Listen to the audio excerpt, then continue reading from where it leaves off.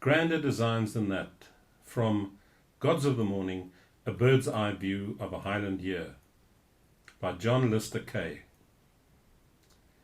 Let me be clear, I am not sentimental about my animals. I love them as much or more than anyone else, and can be as soppy as the next man, but I will not stand by and watch them suffer. I have shot my dogs and my horses when there was no way out of their pain, blown out their brains in a final act of respect and oblation, a personal covenant that I cannot and would not delegate to another.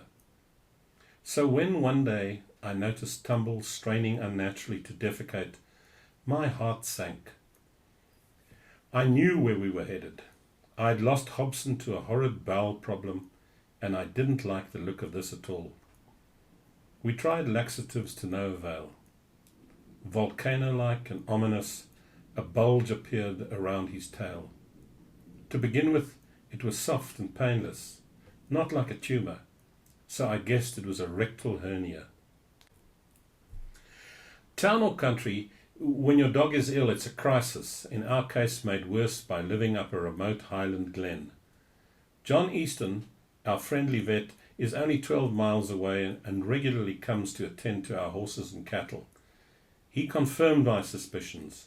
Thankfully not a tumour, but 2 hernias, not a single, one on either side of his tail. Sorry, John shook his head. There's nothing I can do. There's no medical treatment or cure. Your only hope is a risky and complicated operation with no guarantee of success. Worse still, John couldn't attempt the surgery himself. It would have to be Glasgow, the highly respected University of Glasgow Veterinary Hospital, on busy summer roads, a drive of 4 grueling hours. Tumble had become my dog. Once again I had a shadow, always there, always pleased to see me, always keen to join in with whatever I was doing. And in the evenings he would curl up on my lap in my fireside chair, snoring and dreaming in the oceanic slumber of contentment only a dog can know. All summer the condition worsened. We kept him going on liquid paraffin. In front we had an alert, happy, healthy, fun-loving terrier. Behind he was pained, distorted, grotesque, eventually unable even to wag his little tail. When I took him out, it was taking him up to half an hour to evacuate pathetic little caterpillars of excrement, and then only with my help, containing the obscene bulges on either side of his tail with my hands. Daily they grew larger. Incontinence followed, the internal pressure overcoming him so suddenly that he wallowed helplessly in the pathos of his own distress. Do we risk the surgery? I asked Lucy and Hermione, now 11, who had hijacked both puppies 5 years before, and, although she had reluctantly conceded Tumble to me and made Ruff her special dog, her own constant companion, she had always doted on them both. "Daddy," she said to me, fighting back tears, and in a voice I had not heard before, "you are to try everything." I phoned for an appointment in Glasgow. A few days later we were there, Tumble and I face to face with a smiling young Australian surgeon named Ross. I stood Tumble carefully on the stainless steel examination bench.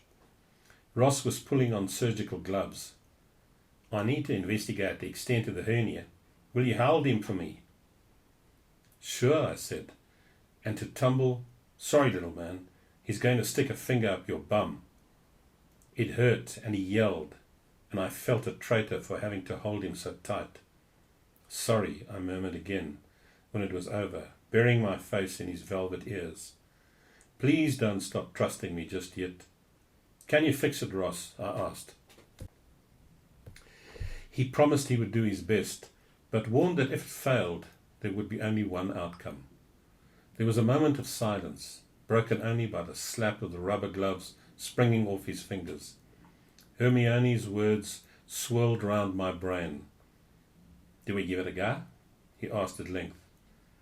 I liked his honest eyes, and his bare scrubbed forearms seemed to evince an inner strength. This young man had the air of a real professional. Sometimes I think Aussies are more straightforward than us Brits. I trusted this one instinctively. I nodded. Just for a moment I had no words. I had to leave him, of course, and trail back up north through the wide empty mountains to our lonely Inverness-shire glen, the lonelier for Tumble's absence, and made more poignant by Hermione's tears and Ruff's whining restlessness. 3 days passed, then the phone call. Ross said that it was much worse than he had expected. When he opened Tumble up, he found the whole bowel distorted and doubled back on itself in an S shape. He had to straighten it by hitching it permanently to the abdomen wall. Then he darned the splits in the ruptured muscles where the hernias bulged, stitching them together in a mesh of zigzagged sutures.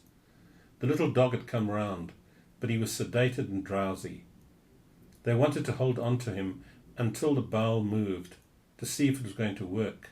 The crucial test. It would be another day or two, perhaps. The next day, a friendly Glaswegian nurse phoned. Tumble had eaten a little, but still no movement. Another 24 hours dragged by. It was the same the following morning. Still nothing. It might be better, she suggested, if I came down and took him home. Some dogs are very particular about where they go. That's my Tumble, I thought, and ran for the car. In 3.5 hours I was there, pacing the corridor like a prisoner awaiting sentence. The door opened. I knelt to greet him. The same small, blotched black and white face with tan eyebrows, the little black nose, the same eyes of polished oak, ears cocked in woozy recognition, only a bald patch on his neck where the anaesthetic had been. For a moment I held his head in my hands, staring into those deep, unreproving eyes. Could he possibly understand why I had abandoned him? It was just as well I was braced for his rear end to be a mess. His underbelly, tail and backside was shaved to the pink. The whole region angry and swollen, sutured like a Christmas turkey right down his belly and round his unhappy tail. Gingerly I carried him out to the car. We need a good movement to know if the bowel is working properly, smiled another kind assistant as I left. Please give us a ring and let us know. On the way home, I stopped to stretch my legs on the 1,508-foot-high point of the Dramochte, the high mountain pass that separates mellow Tayside from rugged old Inverness-shire, where the treeless hills veer skywards to the clouds on both sides of the road. Tumble looked up from the blankets as if he wanted to do the same. "Okay," I said. "Gently does it." He wobbled out onto the deer-cropped sward, looking round at the fragrant, cooling hills of late summer, as if to say, "This is more like it." He stood still for several minutes, occasionally lifting his nose to test the air. Then he glanced up at me for reassurance, before sniffing a tussock of rushes. He eased forward, went to cock his leg, winced with pain, and thought better of it.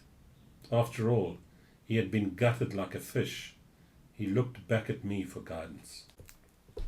"What a good boy," I said reassuringly, in the voice I've always used when my dogs perform their functions satisfactorily. I wanted him to have another go, however sore he was. I know how vital kidneys are. But something bigger was on his mind. He had grander designs than that. For a moment he looked nonplussed, eyeing first the mountains, then me, before moving stiffly and purposefully to a place of his own particular choosing, an intimate amphitheatre of lawn encircled by a lilac pastel haze of fading heather. Awkwardly and painfully, he bent to a fecal crouch, I held my breath. A moment later, the finest, glossiest, roundest, most spectacular 4.5-inch polony of healthy terrier excrement launched itself triumphantly into the upland Perthshire. I never dreamed that I would be so thrilled to see a dog turd. Smiling broadly, I reached for my mobile phone.